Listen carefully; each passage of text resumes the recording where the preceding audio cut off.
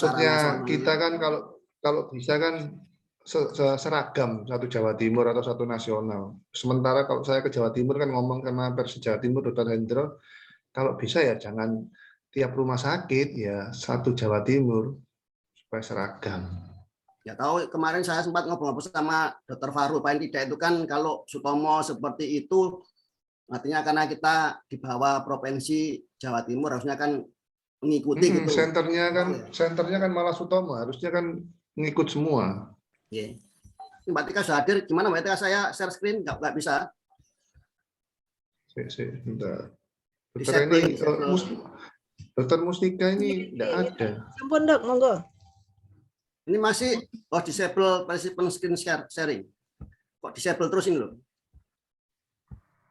Oh iya sebentar. Oh iya, sudah. Yeah. Udah wes.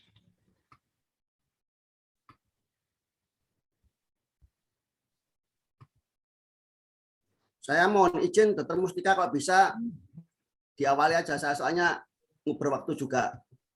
Enggak, dokter ini yang mulai. Dokter. Saya mulai nggih, Dok. Iya, monggo. Assalamualaikum warahmatullahi wabarakatuh. Selamat pagi. Salam sejahtera untuk kita semua. Alhamdulillah pada pagi hari ini kita diberikan kesempatan untuk berkumpul bersama dalam acara rutin P2KB yang diselenggarakan oleh PDFI Jatim. Nah, untuk kesempatan kali ini kita akan diskusi bersama dengan paparan dari Dr. Abdul Aziz, spesialis forensik mediko-legal, dengan judul Surat Kematian dan Transportasi Problematika Transportasi Jenazah. Untuk tempat dan waktu kami persilakan, Dokter. Assalamualaikum warahmatullahi wabarakatuh. Selamat pagi. Yang saya hormati para guru saya, teman sahabat sekalian yang berbahagia dan dicintai oleh Allah tentunya, karena kita ini mencari ilmu kan diperintahkan oleh Allah untuk mencari ilmu, dan ilmu itu nanti akan mengangkat derajat kita. Ini kemarin beberapa minggu yang lalu saya sempat ngobrol bersama Dr. Nabil, karena memang permasalahan transportasi jenazah ini yang sebenarnya lebih menimbulkan banyak problem ya di lapangan, utamanya ketika diangkut via udara. Apalagi sempat ada pandemi COVID yang dulu melonjak, itu juga menjadikan permasalahan bagi kita. Bahkan saya sempat komunikasi sama pihak Malang, pihak provinsi, pihak manapun, sampai akhirnya ya nggak ada jalan keluar.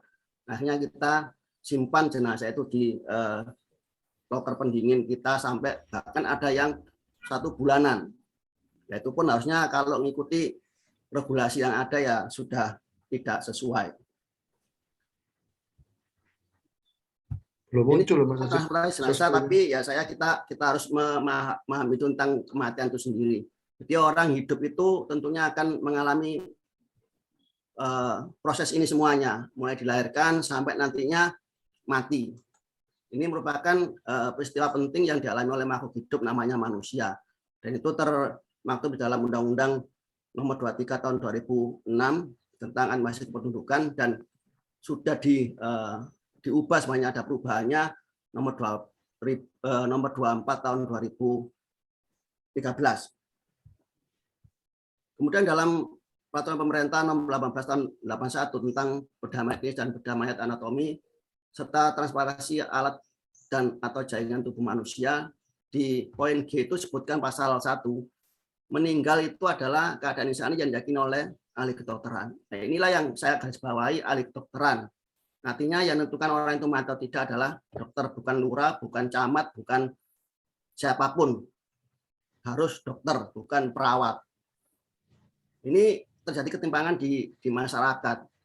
Dengan adanya peraturan bersama Menteri Dalam Negeri dan Kesehatan itu menyebabkan multitafsir, sehingga cukup kadang-kadang itu lurah saja yang memberikan surat keterangan kematian itu. Ini kan jadi tidak sesuai dengan regulasi yang diterbitkan oleh pemerintah. Kemudian ini saya mengutip di Perda Kota Surabaya nomor 13 tahun 2003 tentang pengelolaan tempat pemakaman dan pemakaman jenazah. Di situ juga disebutkan poin 17 pasal 1. Itu jenazah adalah jasad orang yang telah meninggal dunia secara medis. Nah, kalau secara medis tentunya yang menentukanlah tenaga medis, bukan tenaga paramedis, apalagi tenaga administrasi. Kemudian di poin 18 juga disebutkan tentang jenazah terlantar. Jadi jenazah terlantar pada perda ini disebutkan tidak diketahui identitasnya dan ahli warisnya. Ini tentunya ada dua penafsiran yang dimaksud tidak diketahui identitasnya, dan ini kan bisa jadi satu, atau ya berarti kan tidak tahu identitasnya, atau satunya ahli warisnya. Tapi di sini ada kalimat penghubung dan, artinya kalau tidak ada identitasnya, tidak ada ahli warisnya, ya baru namanya jenazah telantar.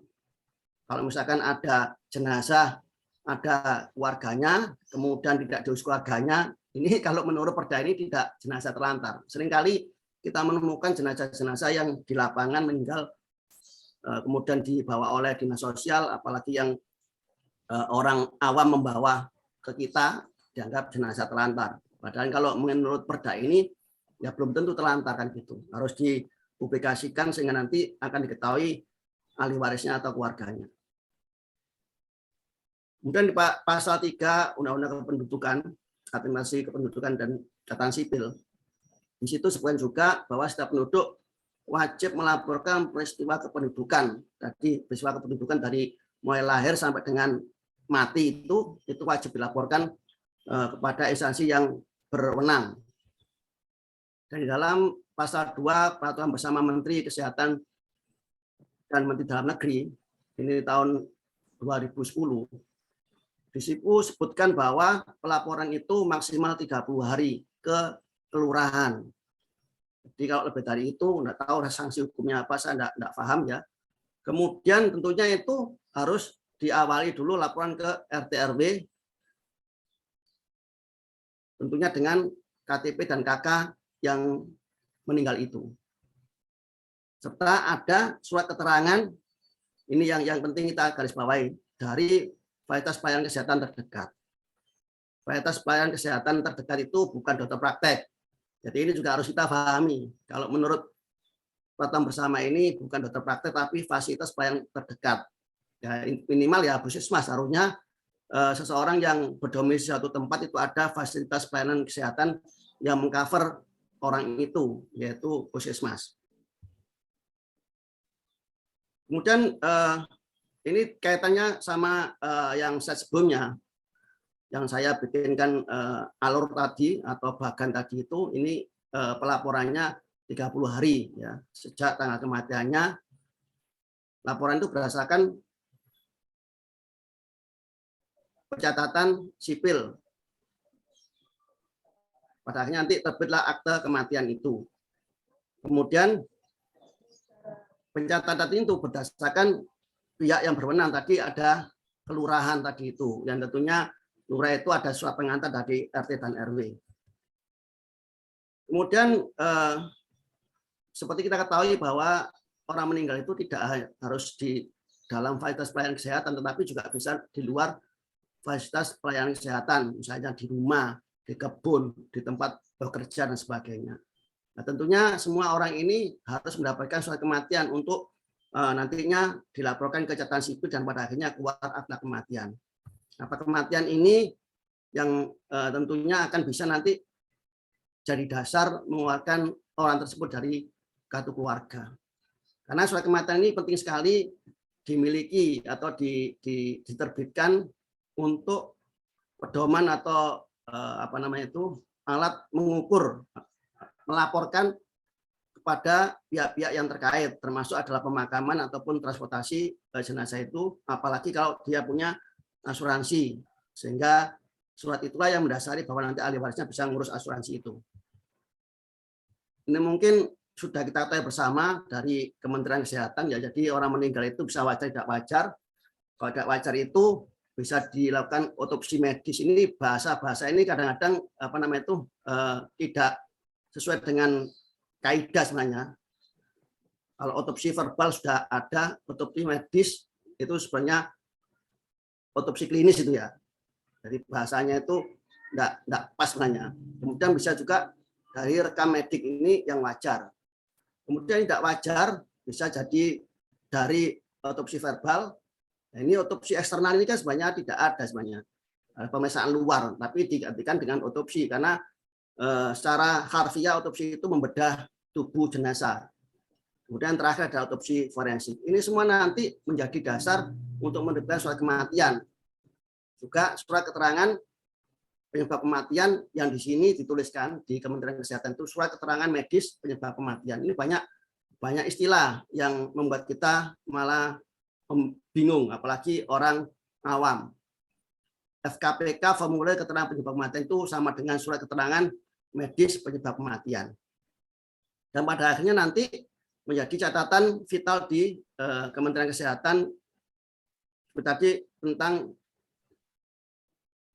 administrasi kependudukan. Dan dengan laporan yang bagus tadi itu, baik kelahiran, pindah ataupun kematian, menjadi bahan untuk memformulasikan suatu kebijakan kesehatan maupun manajemen yang diatur oleh pemerintah. Tetapi tentunya itu harus didukung dengan data yang bagus. Di dunia itu pencatatan yang kurang bagus itu termasuk kita. Yang merah ini kurang bagus ya, atau tidak bagus lah, biar ekstrim ya. Kemudian yang kuning ini kurang bagus dan yang hijau ini bagus. Nah, melalui peraturan menteri bersama tadi itu, harapannya bisa menunjang citra kita, sehingga nantinya harapannya minimal di Indonesia itu tidak merah, minimal kuning, syukur-syukur jadi hijau begitu. Kemudian juga perlu diketahui bahwa di dalam Undang-Undang Kesehatan 36 2009 pasal 118 ayat 1 itu disebutkan bahwa mayat yang tidak dikenal itu harus diidentifikasi guna memastikan secara hukum bahwa orang itu sudah meninggal atau tidak. Nah, kalau sudah meninggal itu tentunya ya akan mudah untuk pengurusan surat-surat terkait sama ahli warisnya, sehingga tidak ada polemik antara petugas kesehatan dengan keluarga si almarhum atau almarhumah itu. Kemudian di Undang-Undang 23 2006 tentang administrasi kependudukan dan catatan sipil yang diubah tadi saya sampaikan sudah berubah tahun 2013 diubah menjadi nomornya 24. Itu tidak ada bedanya di pasal 44 yang berbeda. Kalau nggak salah 45 ada lagi beberapa pasal lagi. Di pasal tersebut ayat 4 disebutkan bahwa dalam hal terjadi ketidakjelasan keberadaan seorang oleh karena hilang atau mati tetapi tidak temukan jenazahnya, seperti kemarin sempat Eril, anaknya Gubernur Jawa Barat, Kang Emil itu sempat hilang sampai beberapa minggu dan pada akhirnya diputusi bahwa sudah meninggal dunia. Itu harusnya ditetapkan nantinya kalau misalkan tidak ketemu jenazahnya. Alhamdulillah Eril kemarin ditemukan jasadnya ya dan teridentifikasi bahwa itu adalah Eril. Kalau memang tidak ada jenazahnya, maka yang menetapkan orang itu mati atau tidak adalah pengadilan. Kemudian untuk ayat yang kelima, di sana disebutkan bahwa dalam hal terjadi kematian seorang yang tidak jelas identitasnya, instansi pelaksana melakukan pencatatan kematian adalah berdasarkan keterangan dari kepolisian. Ini dua ayat ini sangat berkaitan sekali terkait sama penentuan orang itu sudah mati atau tidak secara administrasi, bukan secara medis. Kemudian ini ada kaitannya dengan transportasi. Ini mungkin slide-nya sudah tidak pas ya. Tadi sebenarnya mengikuti nomor atau ayat 5 tadi itu. Kalau dibawa ke luar negeri harus dilaporkan kepada lurah, kemudian dinas kesehatan, dinas pertamanan yang di Surabaya namanya DKRTH, kemudian Polda diwakili oleh jajarannya bisa Polsek ya. Kemudian Departemen Luar Negeri saya tidak tahu diwakili oleh siapa. Tapi sebenarnya kalau di lapangan, mungkin Dr. Nabil paham karena sudah komunikasi sama pihak bandara ya, itu tidak ada Departemen Luar Negeri ini. Yang penting ada surat keterangan dari dokter, kemudian surat keterangan dari kepolisian, dan ada pengawetan jenazahnya sudah selesai. kita menuju ke surat kematian. Jadi surat kematian itu ada 2 ini saja secara nasional ya. Jadi surat keterangan kematian dan formulir keterangan penyebab kematian. Tadi ada istilah di Kementerian Kesehatan adalah surat keterangan medis penyebab kematian. Ini sebenarnya sama, cuma karena kita nggak konsisten akhirnya membingungkan kita sendiri, orang-orang kesehatan. Ini dulu sempat digagas oleh Prof. Sukri di Sutomo ya, dan alhamdulillah baru selesai itu September tahun 2021, Dr. Farul ya. Jadi kita kerjanya itu sudah tahun 2000 berapa saya masuk PPDSU 2007-an kalau nggak salah ya, tapi enggak gul-gul. Ini surat-suratnya, saya kira enggak perlu saya jelaskan lebih lanjut lagi. Kemudian ada ini sebenarnya kaitannya dengan pasal 456 tadi itu untuk memperoleh izin, untuk memperoleh surat-surat untuk pemberangkatan jenazah itu perlu ada permohonan dari keluarganya.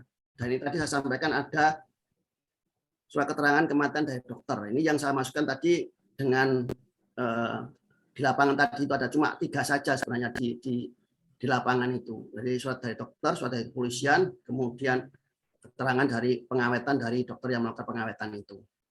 Dan surat keterangan dokter ini bisa dari macam-macam ini.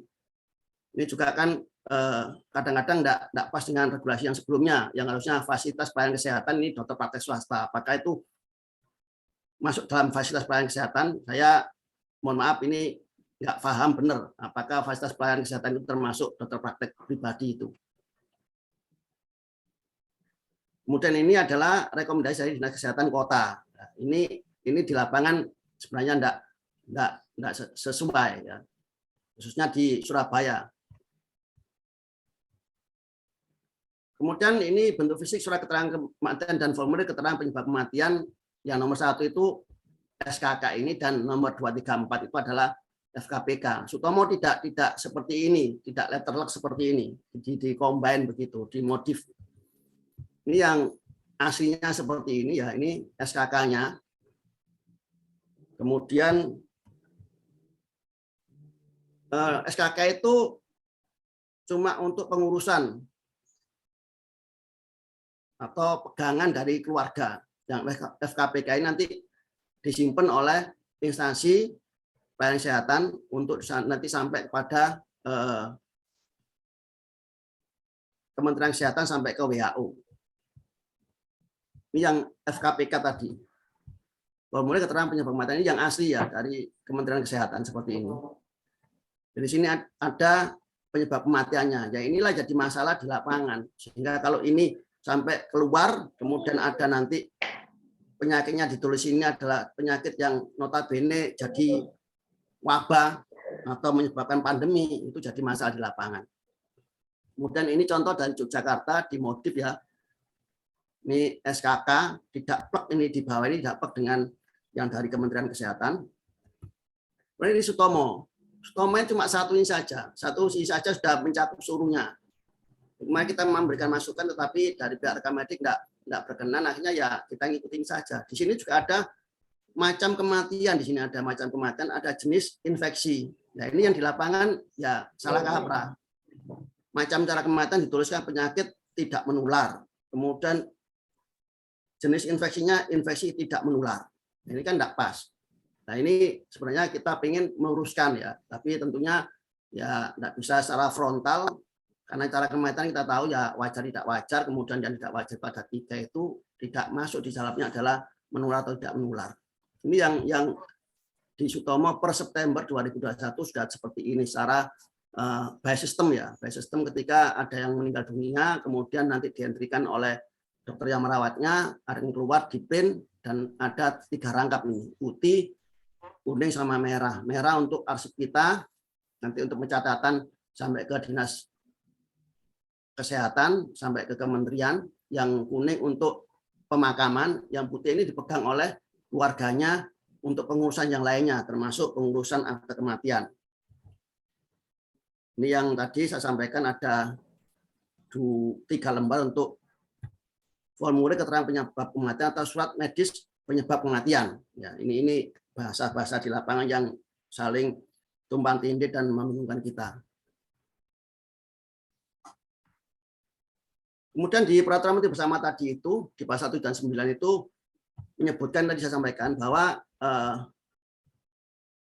FKPK atau SMPK ini merupakan jiblaan dari cause of death certificate dari WHO. Ya. Nah, ini sudah disosialisasikan ke seluruh dunia, tetapi di Indonesia baru tahun 2005. 2005 sempat Dr. Agus mengikuti TOT, Training of Trainer di Bandung untuk memulai penggunaan SMPK atau FKPK dan SKK tadi itu. Dan salah satu pilot project-nya adalah di Jawa Timur, itu adalah Gresik. Ya. Dan kayaknya seperti sampaikan oleh Nabi tadi itu ada rumah sakit lain yang sudah menggunakan, mungkin Gresik, Ibnu Sina ya. Ini tidak perlu saya bahas secara panjang lebar. Ini intinya adalah kalau per definisi itu bedanya SMPK sama FKPK itu di sini ya. Ini ada istilah SMPK, ini ada otopsi forensik. Kalau yang FKPK itu dengan otopsi verbal aja sudah bisa. Tetapi sebenarnya prinsipnya sama itu sebenarnya. Jadi di lapangan pun tidak ada bedanya. Ini yang saya ambil dari peraturan dari Gubernur DKI tahun 2014. Tentunya ini ya ada kaitannya dengan UI dan RSCM. Kemudian isi FKPK atau SKPK, SMPK atau FKPK, ini ya ada di situ penyakit yang harus sesuai dengan ICD-10. Ini contoh dari Jogja tadi ya, yang ini yang ICD-10 ditulis di sini. Kalau nggak salah, Dokter Farul pernah mengikuti pelatihan COD ini ya. Kemudian ini contoh lagi yang SMPK, kemudian ini dari Jakarta ya. Itu kan tidak sama dengan FKPK tadi, formatnya, layoutnya, tetapi prinsipnya adalah sama di situ. Ada penyebab tidak langsung ya. Jadi ini penyebab kematian, ada yang langsung ini ya, bisa lebih dari satu, ada yang penyakit yang mengikuti sebab kematian tadi itu. Dan di sini juga ada tulisan keterangan penyakit khusus, penyakit menular, penyakit tidak menular, dan lain-lainnya. Ini modifikasi dari formulir keterangan penyebab kematian. Seperti contoh tadi juga ada namanya cara kematian, ada jenis infeksi begitu. Ini yang RCM. RCM ini seperti ini, tidak sama dengan yang seharusnya diikuti secara nasional. Cuma seperti ini saja, kemudian baru COD-nya di sini.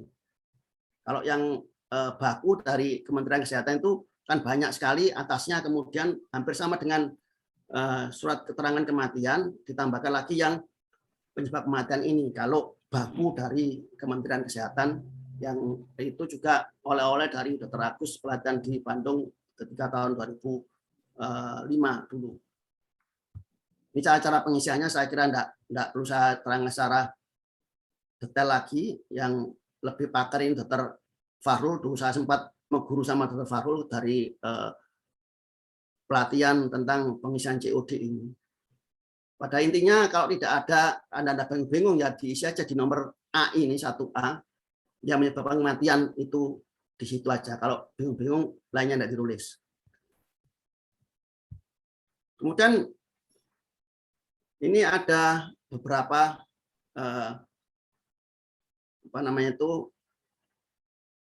istilah yang perlu kita pelajari bersama. Ini contoh saja, contoh dari pengisian tadi itu, kalau pasiennya itu meninggal karena leukemia, namun juga terinfeksi COVID-19, di mana ini harusnya kalau COVID-19 meninggal dengan komorbid apa kan begitu ya. Jadi ini jadi tumpang tindih tidak karuan. Pada prinsipnya adalah ketika orang itu meninggal karena suatu penyakit, itu bisa oleh karena COVID itu sendiri atau karena penyakit lain tetapi ditumpangi oleh COVID dan begitu. Dengan kata lain, mati karena A ditambahi atau ditumpangi dengan COVID-19. Nah, itu jadi masalah di lapangan. Ini contoh pengisiannya seperti ini ya. Jadi pasien dengan penyakit dasar leukemia. Terjadi karena penyakit leukemia terjadi gangguan pembukaan darah, ini yang C ya. Ini yang D di bawah sini 1D, 1C. Kemudian karena terjadi gangguan pembukaan darah maka menyebabkan terjadinya perdarahan. Ini yang 1B, kemudian yang paling atas sendiri. Nah, ini shock hipovolemic ini. Ini kalau kita di forensik tidak pas seperti itu ya. Pasnya yang matinya karena leukemia itu aja selesai. Tetapi dituntut bisa memerinci seperti ini. Kemudian yang nomor 2 itu baru ditulis COVID-nya. Jadi penyakit yang menyertai itu adalah COVID. Sehingga penyebab kematian pada surat ini ditulis tidak menular. Tidak menular itu kalau tadi di Sutomo itu cara kematian ditulis menular, misalkan aja kan tidak cocok itu. Tapi jenis infeksinya tidak menular. Apakah itu cocok? Ini jadi masalah di lapangan. Karena format surat kematian kita itu seperti itu. Sehingga mau tidak mau ya terus menular karena ada COVID-nya kan begitu. Dengan konsekuensi bahwa transportasi jenazahnya ya jadi ribet, apalagi dengan pesawat ataupun kapal. Kalau secara via darat nggak ada di masalah. Kemudian tentang formulir keterangan penyakit menular, ini dulu kita memakai form M. Ini kalau kita memakai standar dari Kementerian Kesehatan itu perlu diterbitkan ini, tetapi kalau pakai Sutomo ya tentunya tidak perlu karena di situ ada tulis jenis infeksi. Nah, jenis infeksinya apa? Di situ ada kan begitu. Makanya jadi masalah di lapangan karena tidak ada keseragaman. Ya mungkin nanti dengan pertemuan ini bisa kita membuat langkah-langkah yang lebih real lagi sehingga nanti nasional ini bisa seragam, tidak membingungkan. Nanti jadi debat kusir di lapangan. Kemudian di dalam Permenkes nomor 1501 tahun 2010 tentang jenis penyakit menular tertentu itu ada 17 jenis penyakit menular tertentu yang menimbulkan wabah. Nanti saya sampaikan di sini. Di antaranya ya pes, kemudian kolera, bercak wahabi, yellow fever dan sebagainya. Selanjutnya kita membahas transportasi jenazah. Di dalam Perda Kota Surabaya yang sudah saya singgung di depan tadi itu bahwa seorang itu yang meninggal bisa dimakamkan atau dikremasi. Itu semua izinnya kalau Surabaya di KRTH. Kalau yang di tempat lain, kalau misalnya Dinas Pertamanan dan Perkebunan atau apa ya, saya lupa itu ya. Kemudian harus dilengkapi dengan kalau orang mau dikremasi atau dimakam itu dilengkapi dengan surat keterangan kematian dari dokter. Sekali lagi ini dokter ya. Kemudian ada rekomendasi dari Dinas Kesehatan Kota, masa jenazah itu berada. Kalau dia itu bukan Kota Surabaya. Kemudian setiap jenazah yang dibawa keluar provinsi, keluar kota di dalam provinsi harus mendapatkan izin dari lurah setempat. Ini yang dulu sempat kita dicemooh oleh Rumah Sakit Suwandi ketika ada pertemuan di Kota Madya, kita berpedoman pada ini lurah ini. Kalau lurahnya menyetujui dimakamkan sana ya silakan dibawa, kalau enggak ya jangan sampai seperti itu. Bahkan sempat dari salah satu dokter di rumah sakit Suwanti, cek berani ini siapa lurahnya itu, kan sudah ada apa perda dari wali kota. Kita tetap berpedoman bahwa lurah itu merupakan satgas COVID paling kecil di suatu wilayah. Udah yang di luar kota, luar provinsi pun sama, ada izin dari luar dari lurah di mana jenazah itu akan diberangkatkan ke sana. Contohnya kita dulu dari Semarang, Solo pernah ya. Jadi kita tetap kontak dengan waktu itu karena COVID ya, kita satgas COVID di kelurahan itu. Sehingga dengan disetujunya itu maka kita baru memberangkatkan jenazah itu ke sana via darat dengan mobil jenazah. Kemudian transportasi jenazah tentunya tidak hanya melalui darat dan udara saja, bisa dengan laut ya. Kalau darat ini bisa melalui mobil jenazah maupun kereta api. Juga yang jadi lebih rumit adalah ketika jenazah itu diangkut melalui udara.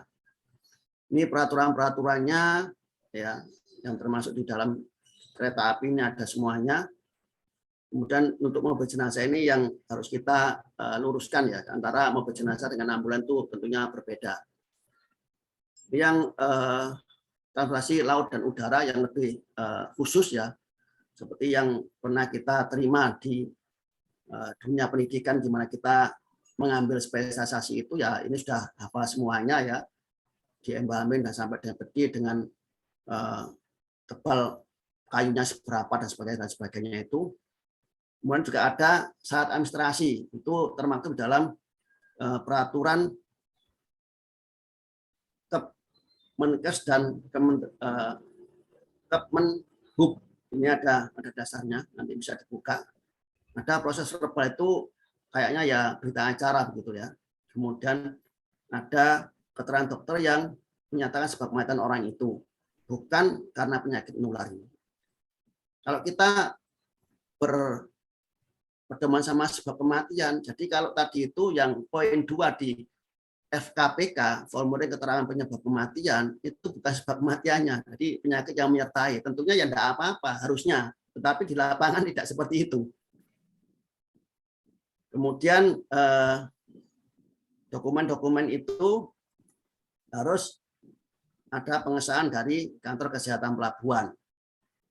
Kemudian di tempat kedatangan jenazah itu harus disiapkan ruang khusus ya yang bisa menyimpan jenazah itu. Kemudian dilengkapi prosedur dan sarana pendukung untuk mengantisipasi adanya upaya penyebutan bagi jenazah. Ini saya kira tidak jadi masalah tempat kedatangan, tapi proses pemberangkatannya itu jadi masalah. Kemudian untuk udara, ini tentunya masuk kargo ya. Nah kalau di peraturan yang ada, yang namanya kargo itu sebenarnya saya baca per pasal itu hewan atau binatang itu yang masuk kargo selain bawaan dari penumpang. Sehingga jenazah ini juga masuk di mana? Ini mungkin kekosongan hukum ya. Mungkin nanti bisa dimasukkan apakah masuk kategori hewan atau binatang. Itu pun bisa berupa jenazah utuh atau abunya yang karena dikremasi. Ini aturannya seperti ini. Inilah yang harus dilakukan oleh pihak bandara itu harusnya. Tetapi di lapangan kenyataannya menyulitkan kita. Jadi kalau mengikuti aturan ini, kalau dia itu jenazah atau abu jenazah dari bandara, maka dilakukan pemeriksaan dokumen penyebab kematian. Nah, ini penyebab kematian, sekali lagi penyebab kematian, bukan penyakit yang menyertai jenazah itu. Kemudian kalau tidak lengkap, maka disuruh melengkapi. Bahkan dulu pernah ada, mohon maaf ini pernah ada di Sutomo, itu sampai keluarganya menantang kita menerbitkan surat bahwa ini tidak menular. Kami sampaikan bahwa kita tidak berani menerbitkan itu. ini bandaranya nggak masalah, tapi kargonya yang minta itu karena takut seperti itu. Jadi kalau mengikuti aturan ini, maka kalau tidak lengkap maka dilengkapi dengan dokumen itu. Kalau tidak sesuai dokumennya, maka akan berkoordinasi dengan dinas atau pihak-pihak terkait. Ini harusnya komunikasi, bukan keluarganya dipimpong, suruh ke sana, suruh ke sini dan sebagainya. Ini yang membuat dia itu marah-marah dan pada akhirnya kita yang kena aune. Jadi kecipratan aune ya kita jadi marah-marah ke kita. Kesannya kita yang mempersulit. Kemudian kalau ada faktor risiko terhadap kesehatan masyarakat, maka pejabat karantina ini yang berperan sebenarnya. Pejabat karantina ini melakukan tindakan kekarantinaan kesehatan. Kemudian kalau pejabat karantina tadi itu sudah melakukan pemeriksaan dan tidak didapatkan faktor risiko, maka baru dikasih persetujuan untuk bisa dibawa melalui udara tadi itu. Kalau jenazah berupa jenazah, ya tadi yang mungkin Abu ya ini jenazahnya. Sorry, sama tadi Abu atau jenazah. Yang ini yang terakhir ini adalah ketika meninggal di alat transportasi. Sebenarnya sama, caranya itu sama dengan yang di atas ini. Intinya adalah itu adalah kewenangan dari pejabat karantina untuk men-screening apakah itu merupakan resiko untuk terjadinya atau resiko menularkan ke masyarakat atau tidak. Kemudian jenazah yang meninggal di transportasi itu kalau memiliki resiko kedaruratan kesehatan maka dilakukan tindakan kekarantinaan dan dikirim ke rumah sakit untuk dilakukan pemulasaan jenazah. Nah ini pemulasaan jenazah ini definisikan lebar, panjang lebar ya, tidak hanya memandikan jenazah saja, tetapi sampai pun memakamkan jenazah itu adalah rangkaian suatu tindak pemulasaan jenazah. Nanti bisa dilihat di Peraturan Menteri Perhubungan nomor PM 61 tahun 2015 tentang fasilitas udara ini yang mengatur transportasi jenazah melalui udara. Dan ini saya lebih membahas saat ini adalah kepada kekacauan di masyarakat bahwa mobil jenazah sama ambulan itu sama. Ini harus kita luruskan. Undang-Undang Lalu Lintas Angkutan Jalan ini tahun 2009 nomor 22 itu memberikan hak khusus ya atau penghormatan terhadap mobil-mobil tertentu, diantaranya adalah ambulan. Ambulan itu termaktub misalnya secara letterlek di sana ambulans dan iring-iringan pengantar jenazah. Ini di pasal 134. Kemudian di pasal 58 itu namanya adalah mobil jenazah.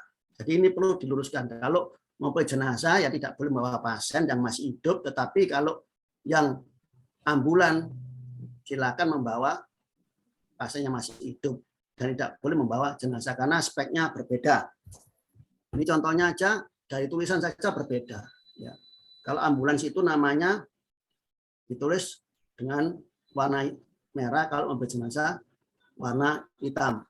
Ini kecepatannya berapa, sirenenya ada atau tidaknya. Seharusnya sirene pada mobil jenazah tidak boleh ada. Karena sudah meninggal dunia, kecuali kalau ambulans orang hidup yang memerlukan pertolongan ya harus ada sirenenya. Kemudian alat medis itu tidak perlu di dalam mobil jenazah. Tapi nanti ada mobil jenazah yang dipakai mengangkut pasien juga. Bahkan Sutomo dulu pernah yang KSO kerjasama operasional di Sutomo itu ada mobil jenazah, tetapi tulisannya ambulan. Sempat ditanya oleh surveyor, ini dipakai ngangkut jenazah atau pasien? Ya pasien ya jenazah seperti itu. Kemudian ini spek lebih rinci lagi ya. Nanti bisa diadop di Kementerian Kesehatan ya. Ini mobil jenazah atau ambulan jenazah tidak jelas ini ya. Itu hanya ambulan jenazah. Kalau ambulans sudah ambulans saja, tidak ada ambulans jenazah. Makanya ini ada dari dunia lain ini bingung mau masuk, pocong ini mau masuk ke sini bingung, ini tumpangan saya atau tidak, ini bingung gitu. Karena tulisannya ambulans jenazah. Harusnya kan mobil jenazah. Kemudian samping itu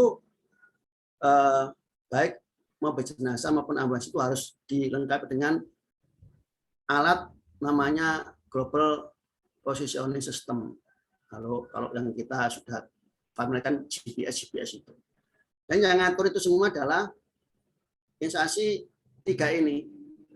3 RTK, kalau tadi namanya Dinas Pertamanan tadi itu, Dishub dan Kepolisian ini harusnya mengatur mobil jenazah di suatu wilayah.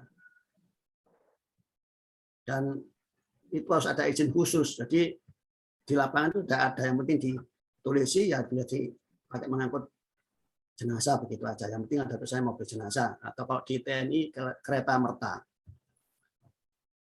Kemudian di Undang-Undang Wabah ya tahun 84 pasal 5A1.e, ini Undang-Undang Wabah yang sebelumnya nomor 6 tahun 62, ini sudah diperbarui dengan ini.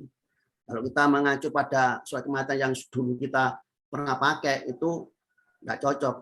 Itu tahun 62 semuanya, baik karantina laut sama udara nomor 1, nomor 2 tahun 62 itu sudah tidak berlaku lagi dengan dikeluarkannya atau diterapkannya Undang-Undang nomor 4 tahun 84 ini, semua itu sudah tidak berlaku, termasuk Undang-Undang Wabah sebelumnya tahun 62.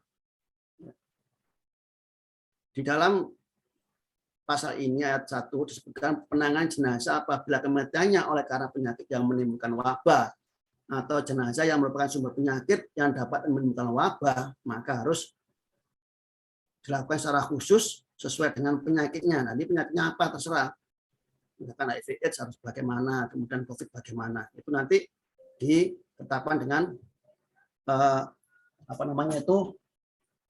Menteri Kesehatan.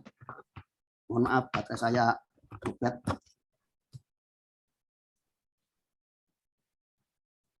Tapi tentunya tidak meninggalkan norma-norma agama, di mana jenazah itu juga manusia, harus sesuai harkat dan martabatnya. Ini yang menjadi volume di masyarakat. Bahkan dulu pernah jenazah COVID nggak diapa-apakan, dari ruangan kemudian masuk langsung ke peti. Sebelumnya dikasih plastik, masukkan kantong jenazah itu aja. Dan itu menjadi citra buruk dari masyarakat untuk dunia kesehatan. Sampai-sampai Sutomo pun meyakinkan bahwa kita merawat jenazah itu dengan aturan yang dikeluarkan oleh MUI ya. Kita kafani, kemudian kita foto, fotonya kita share ke keluarganya, menunjukkan bahwa ini loh yang dilakukan oleh kita, bukan seperti yang ada di media-media di mana jenazah itu tidak diapa-apakan, langsung diplastiki, masuk kantong jenazah, dipeti. Kemudian perlu difahami dulu bahwa yang dimaksud wabah menurut Permenkes 5501 tahun 2020 tentang penyakit menular tertentu yang dapat menimbulkan wabah dan upaya penanggulangannya, disebutkan bahwa yang dimaksud wabah adalah kejadian berjangkit suatu penyakit menular dalam masyarakat di mana penderitanya itu meningkat secara nyata pada waktu dan daerah tertentu yang dapat menimbulkan malapetaka. Ini yang dimaksud wabah menurut Permenkes tersebut. Ini yang sampai tadi itu bahwa undang-undang atau Permenkes tadi ini yang nomor 550/2020 ini, penyakit tertentu itu yang berpotensi menimbulkan wabah ini ada 17 ini, tambah satu lagi, tambah yang ditetapkan oleh menteri ini di pasal 1-nya, ini di pasal 2-nya ya. Di kolera, pes, DPD, ini DPD masuk di dalam menimbulkan wabah. Nah, bagaimana di lapangan nantinya? Ini yang influenza A baru yang menjadi pandemi tahun 2019 ya. Masuk hepatitis itu juga masuk ke dalam sana ya. Malaria, avian influenza yang ditetapkan oleh menteri ini ya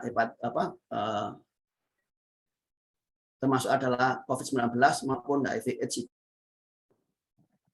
Ini 17 penyakit tertentu yang berpotensi menimbulkan wabah. Kemudian pada peraturan yang sama, yang tadi wabah ini yang KLB, per definisi adalah timbulnya atau meningkatnya kejadian, kesakitan atau kematian. Jadi baik orang itu terjangkit, masih hidup atau mati. Kejadiannya meningkat secara epidemiologis, ya, bermakna secara epidemiologis di suatu daerah tertentu pada waktu tertentu yang menjurus terjadinya wabah. Itu namanya KLB. Penyakit apapun, ya, penyakit apapun yang jumlah angka kesakitannya atau kematiannya meningkat secara bermakna secara epidemiologis di suatu daerah tertentu dan waktu tertentu, itu yang menimbulkan atau memberikan potensi timbulnya wabah dinamakan KLB. Ini saya mengingatkan kembali ke pelajaran kita dulu di kesehatan masyarakat. Ya. Ini biar nanti kita paham dan bisa memberikan langkah-langkah pemecahan permasalahan di lapangan, utamanya perhimpunan PDFI ini yang menjadi tujuan akhir terkait sama jenazah. Bahwa infeksi itu bisa terjadi ketika ada hubungan antara 3 faktor ini, lingkungan, pejamu atau host, ya, host itu orang yang terinfeksi, dan kumannya ini. Ini kalau saling mendukung ya akan terjadi infeksi. Kalau lingkungannya dan mendukung ya penyebabnya akan mati. Kalau lingkungan yang mendukung penyebabnya ada tapi hostnya bagus, staminanya mungkin tidak manifest menjadi penyakit infeksi. Contohnya saja, misalkan aja saya kebetulan satu kantor dengan Dr. Eni, kemudian Dr. Eni pilek-pilek, stamina saya bagus, ya misalkan aja ya, saya tidak akan tertular penyakit flu-nya Dr. Eni.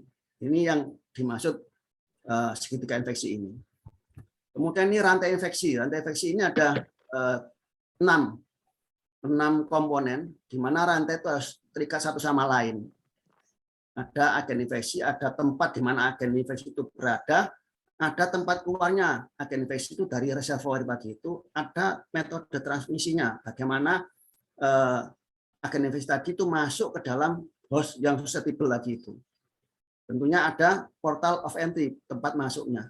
Kalau ini semuanya itu saling berhubungan dan memberikan peluang bisa berhubungan, maka akan terjadi infeksi. Tetapi kalau ini salah satu aja dipotong, misalkan saja, metode transmisinya adalah droplet infection.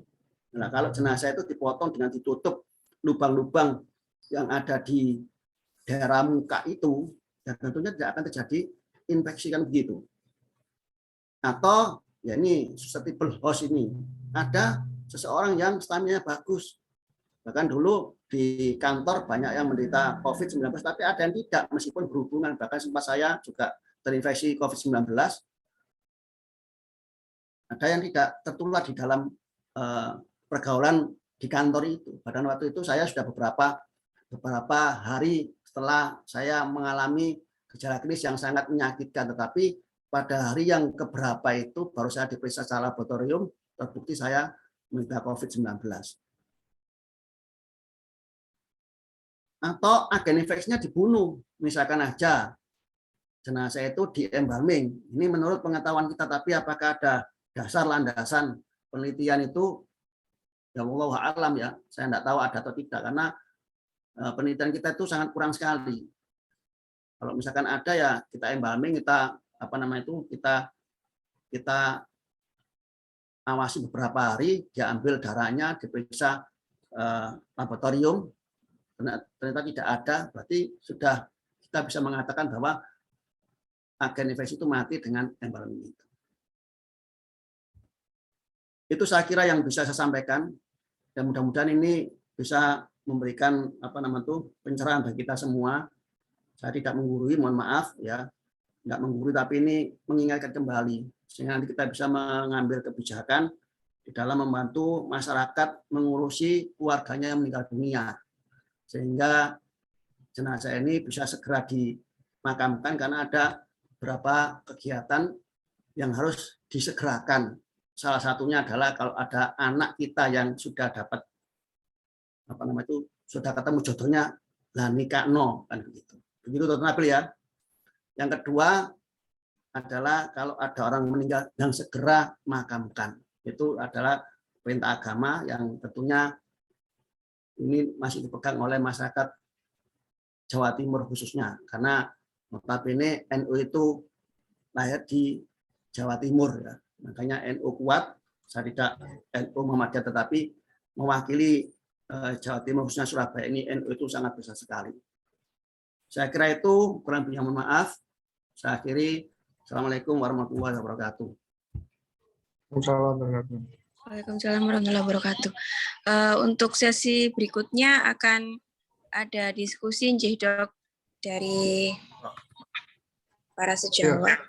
Saya dulu dokter ini, dokter Ajis, ini penting sekali bahwa melihat presentasi dokter Ajis sepertinya kayak kuliah PPDS kita dulu, dokter Ajis, tidak ada keseragaman. Ya, saya juga pernah meneliti bahwa di Despenduk Capil, saya sudah kirim ke dokter Ajis, bisa dibaca, dikatakan bahwa memang yang meninggal di rumah itu tidak perlu diperiksa oleh dokter.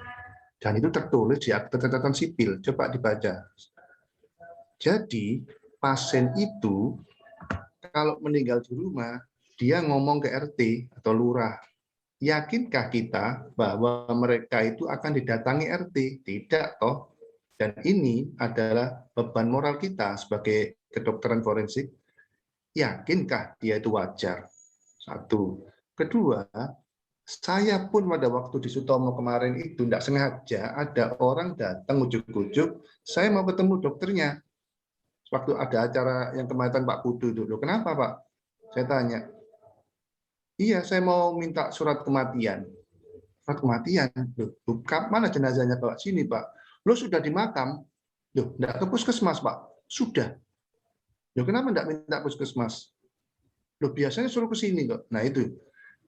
Menjadi pertanyaan berikutnya, apakah kita sebagai SPFM mau mengeluarkan surat kematian yang tidak ada jenazahnya? Hal ini, saya waktu PPDS sama Prof. Sukri, Dr. Bendung, pernah ke Pemkot, saya masih ingat 2010 itu berapa, lupa saya.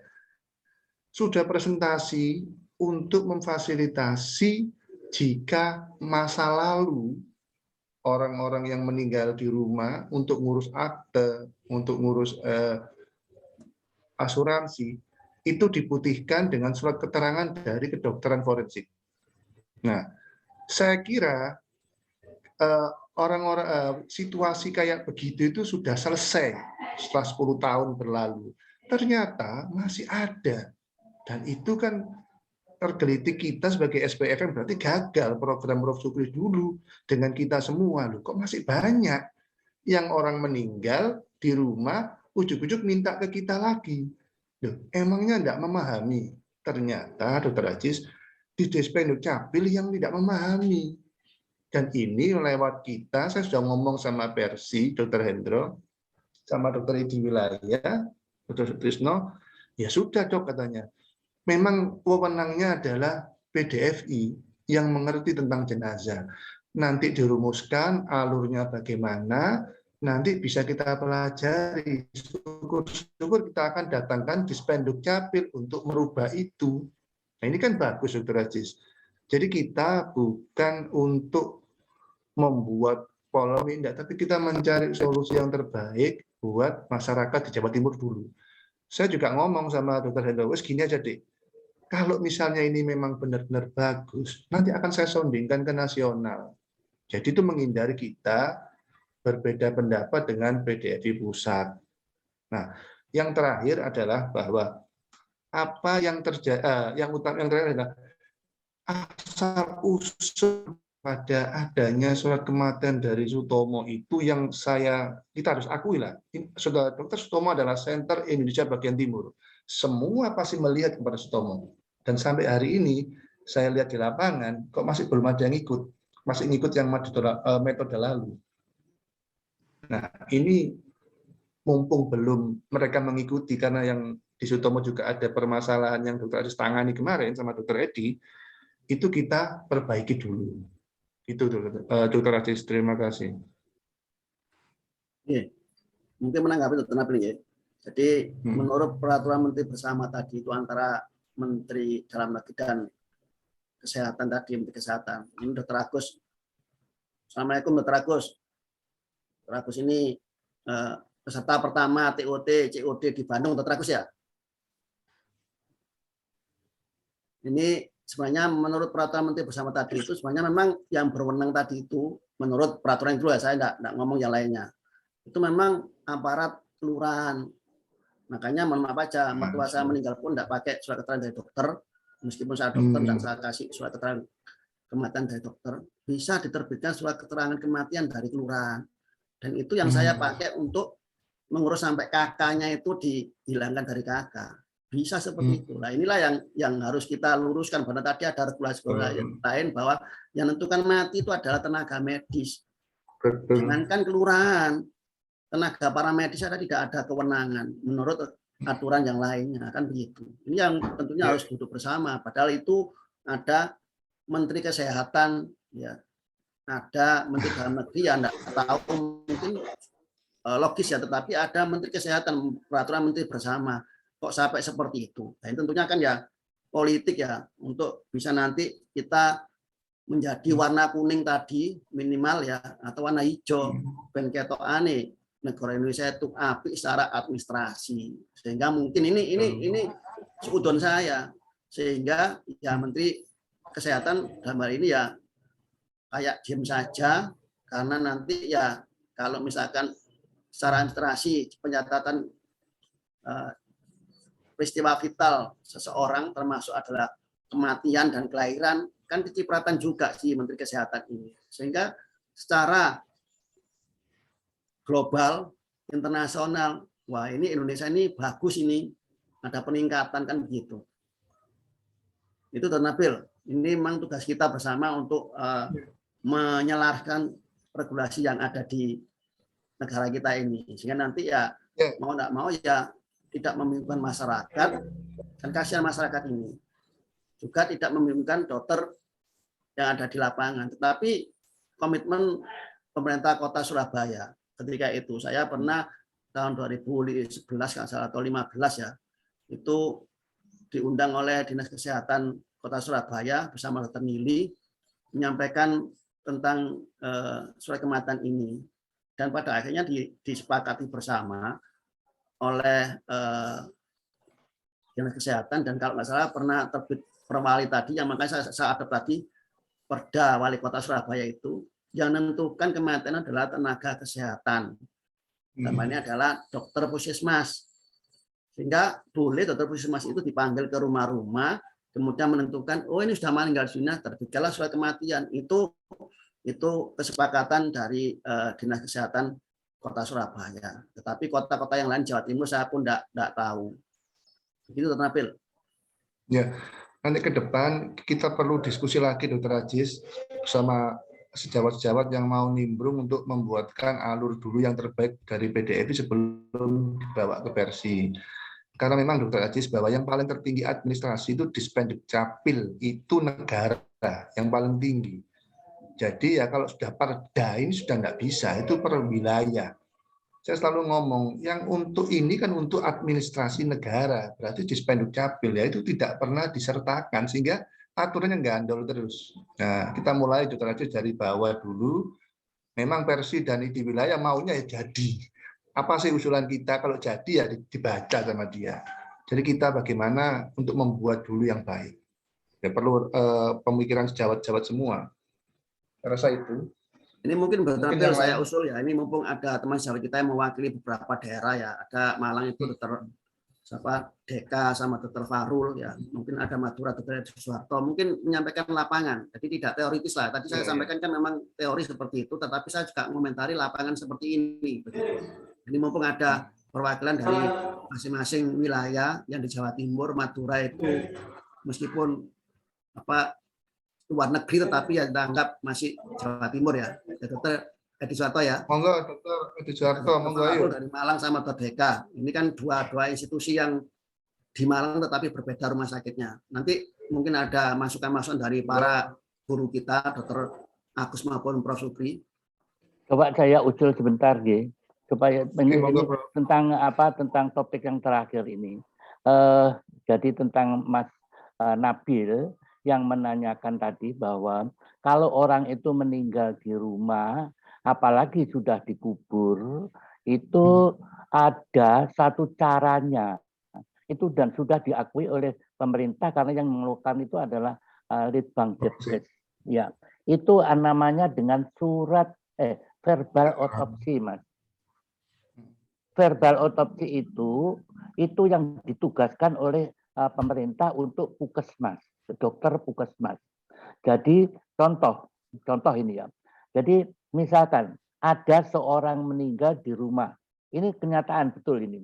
Jadi orang itu umurnya 40 tahun, tingginya 170, beratnya 40 kg, meninggal di rumah. Kemudian setelah 1 bulan, dia kesulitan untuk mendapatkan surat keterangan kematian karena dia akan mewariskan harta bendanya. Baru nah di situ itu ada cara namanya formulir verbal otopsi.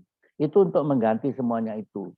Dengan itu kita bisa mendapatkan orang itu mengeluh bahwa keluarganya bapaknya itu meninggal mendadak karena muntah-muntah darah, kemudian batuk-batuk darah, kemudian dia meninggal 1-2 ember, kemudian dia meninggal. Karena itu semua keluarganya takut, langsung dimakamkan, tidak diperiksa oleh dokter. Nah, di situ menggunakan verbal otopsi yang isinya formulir kurang lebih ada 8 lembar itu, dari itu sudah bisa dibagi-bagi. Ini orang sakit, orang dewasa, laki-laki meninggal karena apa, ini semuanya ada di situ. Nah, ini permasalahan pada orang ini. Kemudian dokter itu didatangkan ke tempat itu, lalu dengan formulir verbal otopsi itu menanyakan kepada keluarganya yang paling tahu saat-saat terakhir sebelum meninggal. Ternyata istrinya yang meninggal, yang tahu. Ini bapak tadi itu batuk-batuk darah, kemudian karena banyak sekali nggak bisa diatasi, kemudian sampai meninggal karena dua galon itu.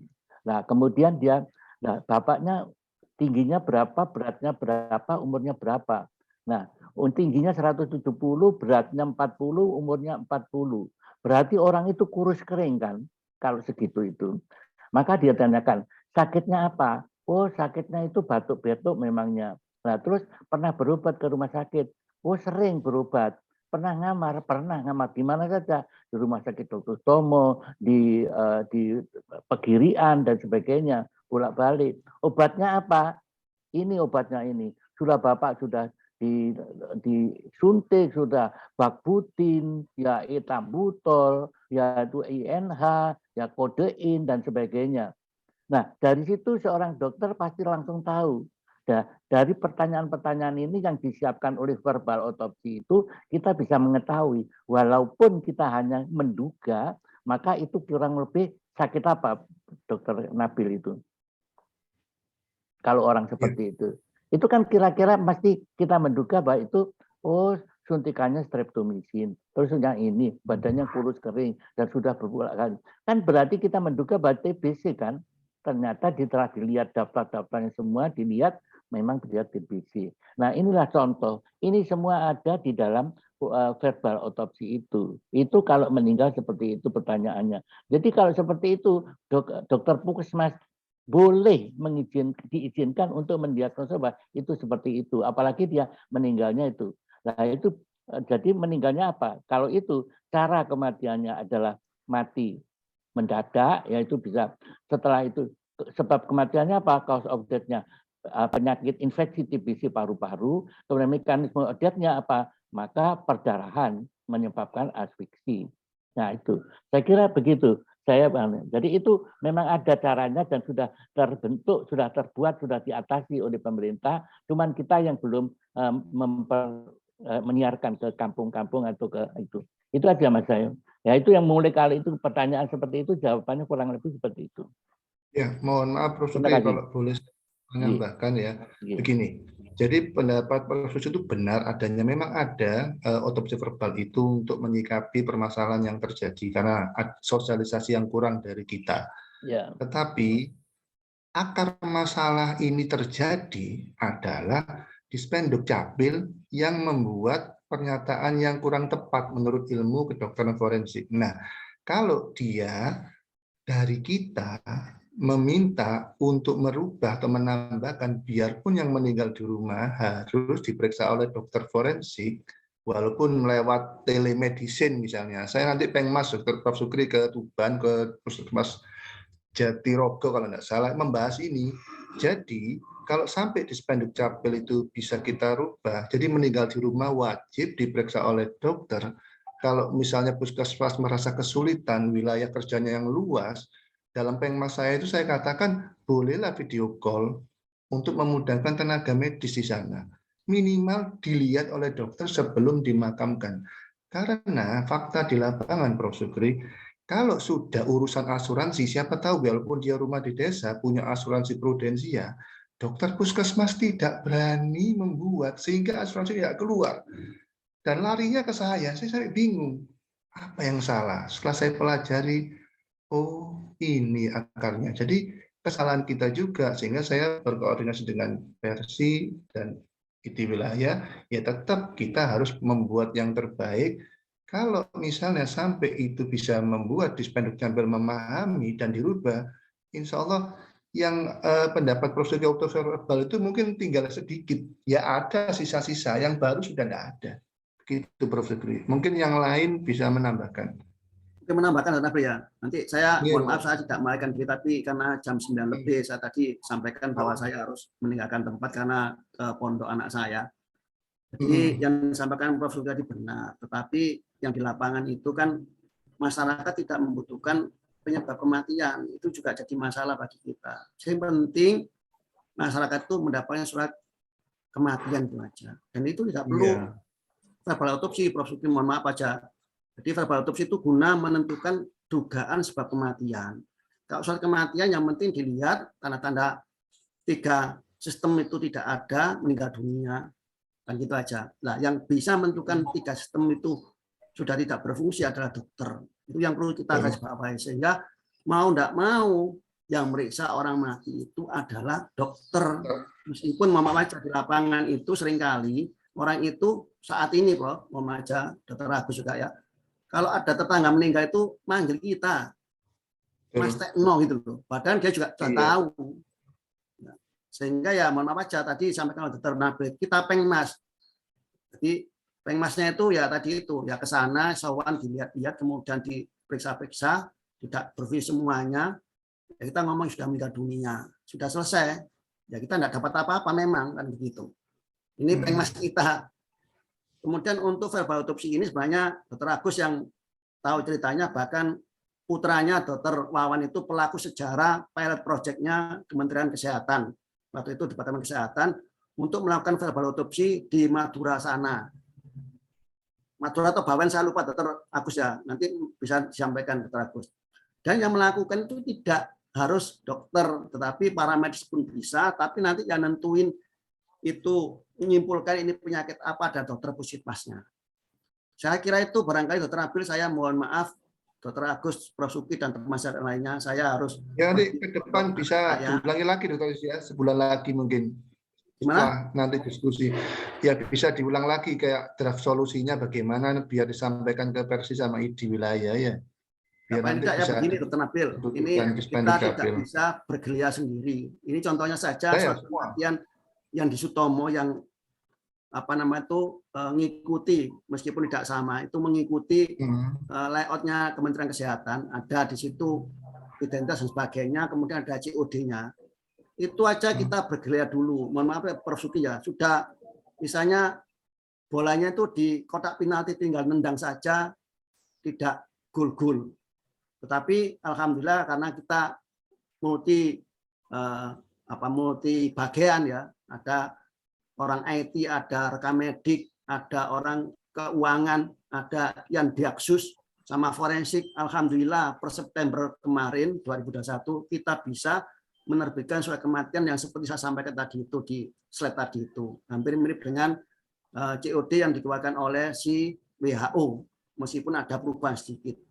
Ini suatu hasil kita yang tentunya harus kita ambil pelajaran. Nggak iso kita itu melakukan PDW dengan diri kita sendiri, yakin kita bisa, nggak bisa. Harus kerjasama dengan instansi yang terkait. Seperti tadi mungkin Dr. Nabil dengan Persi, dengan ID, dengan Dinas Kesehatan, dengan wali kota, minimal nanti kota Surabaya, karena kita di Surabaya meskipun namanya PDFI cabang Jawa Timur, tapi kita di Surabaya, mungkin nanti bisa jadi percontohan untuk kota-kota yang lainnya. Barangkali begitu, Dr. Nabil. Dan mungkin nanti yang di lapangan ya Dr. Farul Malang sama Dr. Deka, Dr. Suwarto dari Malang, dari Madura itu bisa menyampaikan di lapangnya bagaimana. Sehingga nanti dari masukan-masukan di wilayah-wilayah itu kita bisa memformulasikan langkah kita nanti bagaimana, kemudian siapa-siapa yang bisa kita ajak musyawarah, dinas-dinas apa aja. Ya mungkin juga saya kira kemarin kita diundang oleh BPBD ya, di situ juga ada dinas pertamanan juga ada. Ya alhamdulillah kemarin itu masalah COVID ini lebih di fleksibelkan. Jadi pemakaman tidak harus 2 itu. Kemudian yang diatur itu bukan makamnya, tapi memandikannya itu bagaimana. Itu sampai ada epidemiolog dari FKM ya, UNER menyampaikan itu. Tidak diatur di regulasinya itu, akhirnya ya tidak usah dipermasalahkan. Yang penting kita mandikan, dikafani, kantong, peti, sudah selesai. Itu sampai sempat berkomentar seperti itu, epidemiolog dari FKM UNER itu. Itu barangkali Dr. Nabil, saya mohon maaf, saya harus pergi. Saya izin live. Assalamualaikum warahmatullahi wabarakatuh. Waalaikumsalam. Terima kasih Dr. Aziz atas paparan dan diskusi bersamanya. Mohon izin Dr. Nabil, ini apa kita lanjutkan diskusi bersama tanpa Dr. Edi Suharto sama Dr. Fahrul, ayo monggo. Dr. Edi Suharto, ayo. Ya, silakan Dr. Edi Suharto untuk tanggapannya topik. Ada masukan bentar nggak Bapak, ayo. Assalamualaikum warahmatullahi wabarakatuh. Waalaikumsalam. Dari tempat kita ya di Rumah Sakit Bangkalan itu untuk masalah surat keterangan kematian itu tidak masalah. Nah, kita di sini hanya mengisi dengan keterangan apakah mati wajar atau tidak wajar. Kemudian apakah infeksi dan non infeksi. Itu aja sih. Saya menambahkan pengalaman kasus masalah otopsi verbal dari Prof. Supri ini. Saya ada pengalaman waktu jadi petugas haji di Arab Saudi tahun 2017. Jadi setiap kematian di sana itu harus kita pertanggungjawabkan. Misalnya meninggal karena heat stroke, karena sengatan panas, kita diusut itu lama sekali waktunya. Kan dari pagi sampai malam itu urus satu pasien itu tidak selesai, karena banyak data yang harus disampaikan. Itu ada pengalaman waktu jadi petugas haji. Jadi kalau misalnya meninggal sampai 2 kasus kematian, itu tidak bisa dilepas begitu saja. Kita harus menjelaskan matinya itu kenapa. Ada tanggung jawab di situ. Dan banyak sekali kolom-kolom indisi. Dan itu melibatkan banyak petugas, misalnya dari maktabnya, dari kedutaan dan sebagainya. Kalau di daerah sendiri tidak pernah ada pengalaman untuk mengisi otopsi seperti itu. Jadi hanya ketika jadi petugas Arab Saudi. Itu aja. Jadi Dokter Edi tidak memeriksa langsung ya pada waktu di Arab Saudi kemarin itu ya? Tidak meriksa jenazahnya ya? Ketika meninggal mendadak kita datang ke ininya ke maktabnya gitu meriksa. Tapi meriksa? Iya. Meriksa, Pak. Nah, ya, meriksa aja begitu ribet ya kalau internasional, apalagi kalau kita tidak meriksa lagi jenazah sudah di makam. Nah, seperti itu. Iya, bagus. Setelah kematian dia harus datang ke TKP-nya, gitu aja. Itu pengalaman ketika harus meriksa. Yang di Arab Saudi, Dr. Edi Suharto itu memeriksa jenazahnya kan sebelum. Iya. Memeriksa jenazahnya. Itu masih lama ya, prosesnya ya. Apalagi kalau misalnya kita tidak melihat, tambah susah nanti. Oke, terima kasih. Apa tidak ada yang meninggal di rumah, Tidak ada suratnya, datang ke forensiknya Dr. Edi Soeharto, kemudian minta dibuat surat kematian buat urus asuransi. Tidak ada. Kalau Selama ini. yang ke rumah banyak, tapi kebanyakan adalah kelompok orang Tionghoa, tetapi Oh, tapi kan datang kan? ya saya datang ke rumahnya untuk memastikan. Saya nggak Oke. berani untuk misalnya kosongan orangnya datang minta keterangan kematian terus tanpa saya meriksa, jadi harus memastikan untuk datang sendiri. Ya benar, seperti itu kan tanggung jawab. Ya betul.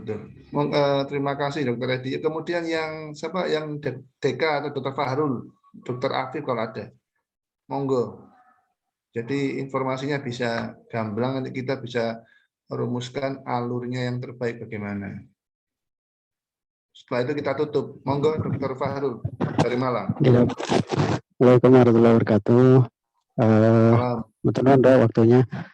Jadi ini saya ceritakan yang di RSSA saja Dok. Jadi ini sedang tahap proses penggantian surat keterangan kematian. Jadi yang selama ini kita pakai itu masih keterangan kematian ABMI begitu ya Dok selama ini. Yeah. Nah kemarin memang sempat diskusi sama Dokter Aziz dan sebagainya, dan Sutomo sudah duluan.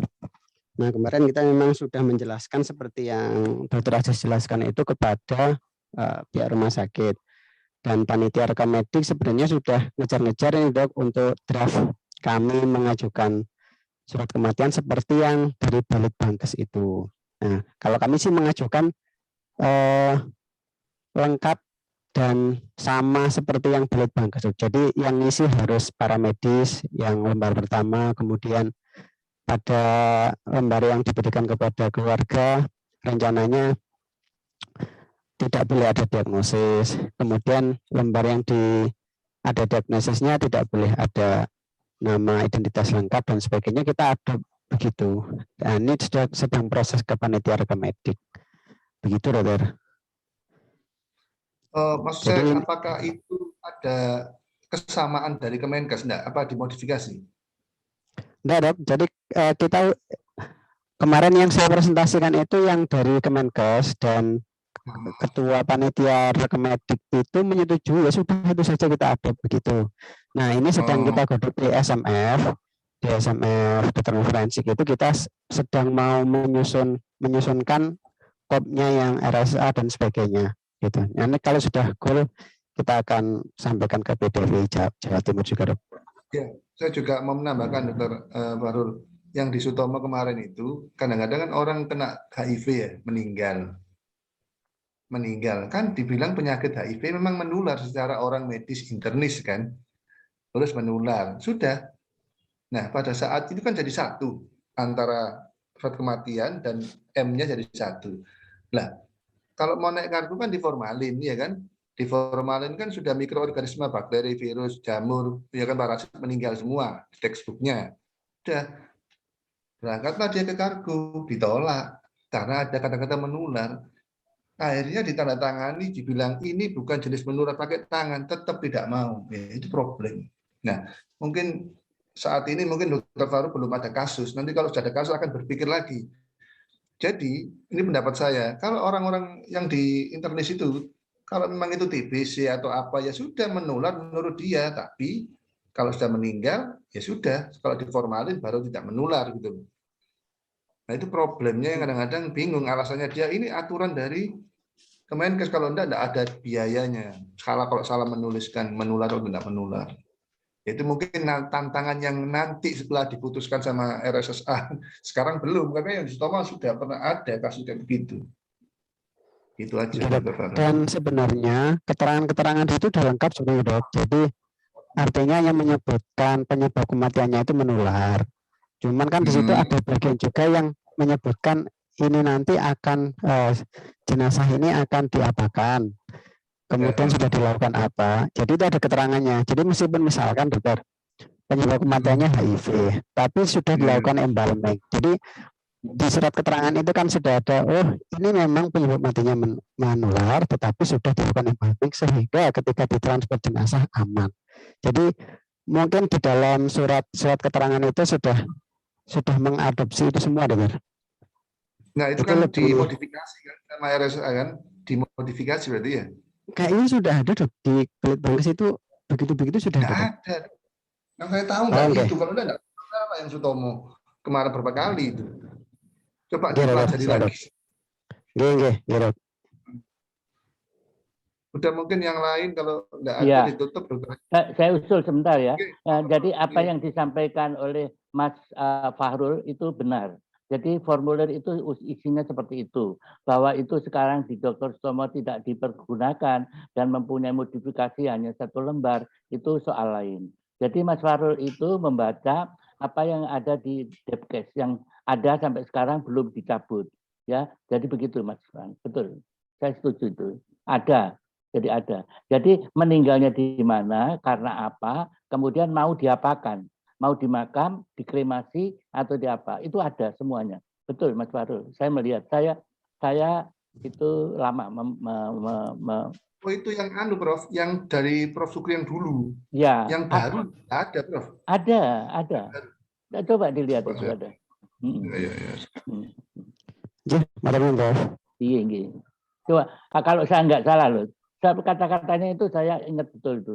Saya yang sudah lama nggak membuka lagi dan ini tadi saya tentang permasalahan sehingga saya belum membaca sama sekali.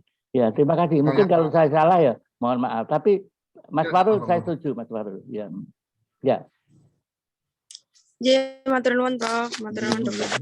Mungkin ada tambahan dari Jember, Dokter Afif.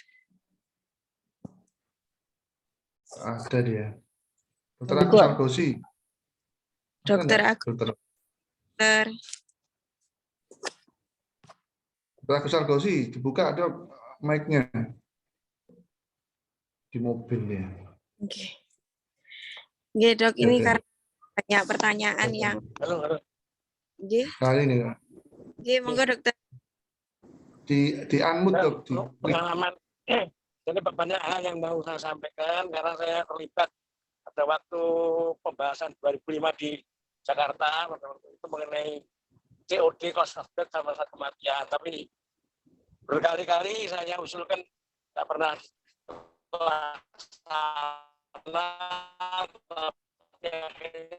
sudah mulai terlaksana. Mengenai pengalaman verbal otopsi itu sebetulnya itu untuk yang meninggal wajar di luar rumah sakit atau di rumah puskesmas. Kemudian ada formulirnya banyak, tapi kalau ini anak saya pengalaman di bawah dulu agak lama, tapi tahu nanti caranya sehingga tidak harus 8 lembar semuanya tuh memang harus diisi oleh petugas puskesmas, kemudian dibawa ke dokter puskesmas untuk disimpulkan. Itu ada biayanya gitu. Jadi nggak perlu lihat pasiennya, tapi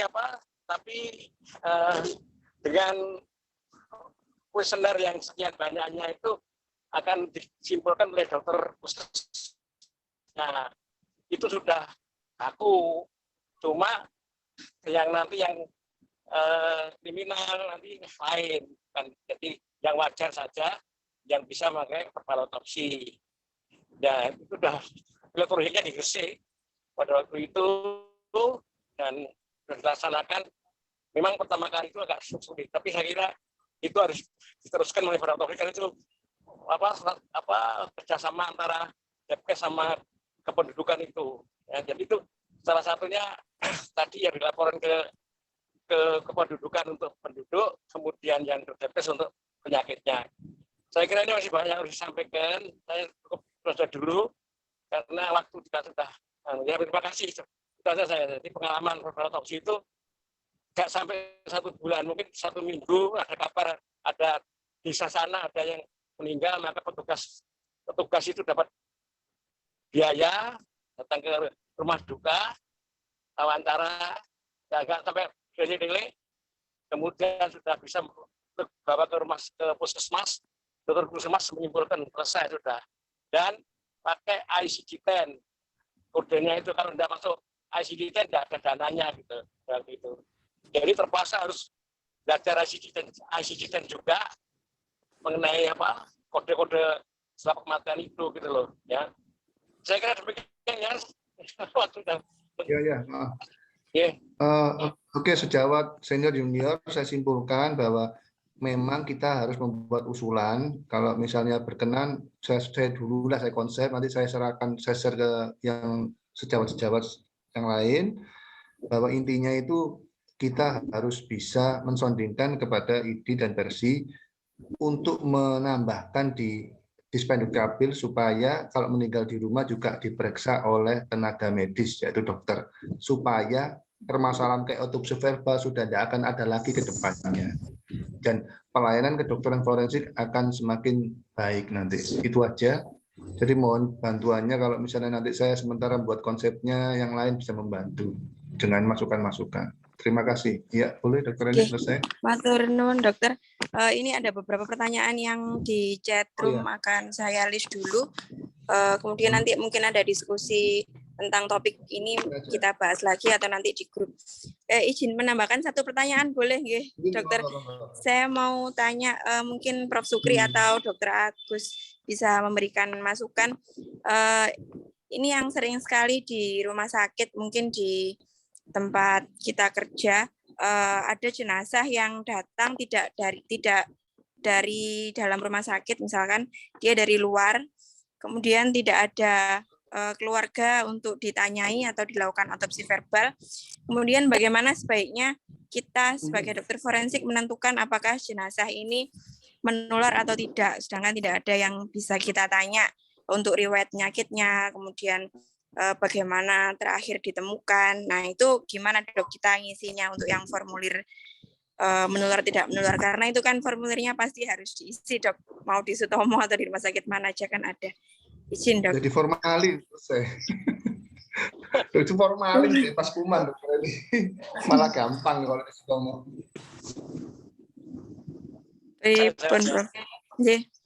Tergantung seperti halo, kalau gitu ya tergantung kamar mata aja. Kalau tidak tahu ada keluarganya seperti itu ya mau ya diformalin aja bisa ya biar tidak keluar gitu aja.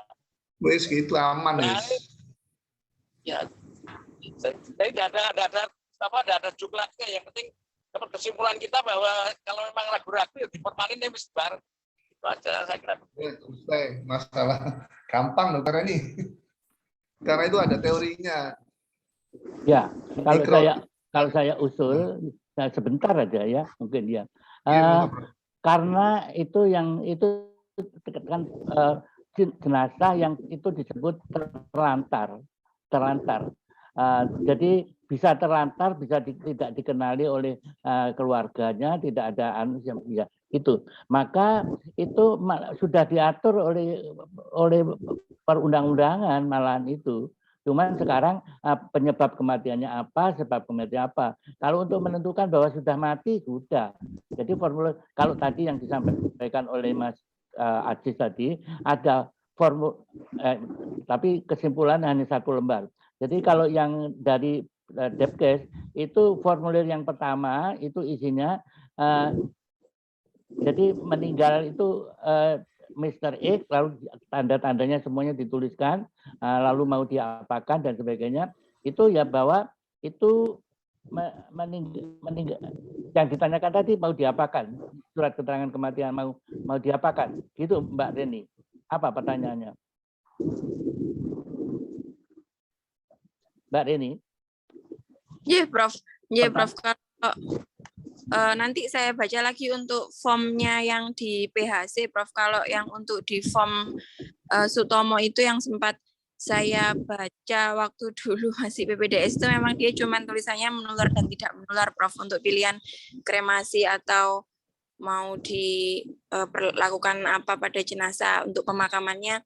Nanti kami baca lagi, Prof. Ya, jadi kalau menurut itu, maka itu karena tidak dikenal itu mati apa, itu menular apa tidak menular, maka mungkin kalau kita embalming lalu kita apakan setelah di embalming, siapa yang membayar embalming itu dan sebagainya. Nah, tapi kalau kita lakukan pemeriksaan, kita anggap aja menular, nah, maka kita melakukan otopsi kan itu setelah 2-3 kali 24 jam tidak ya dilakukan otopsi, ya dengan ketat sekali kita menggunakan peralatan atau pakaian yang lengkap sekali, kita anggap itu yang maksimum menular, kemudian kita lakukan di situ. Itu kalau itu kan peraturannya sudah jelas.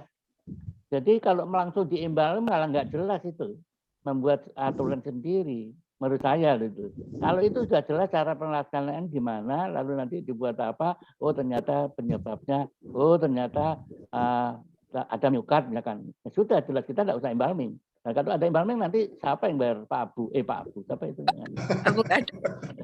Saya kira itu. Ya, Prof.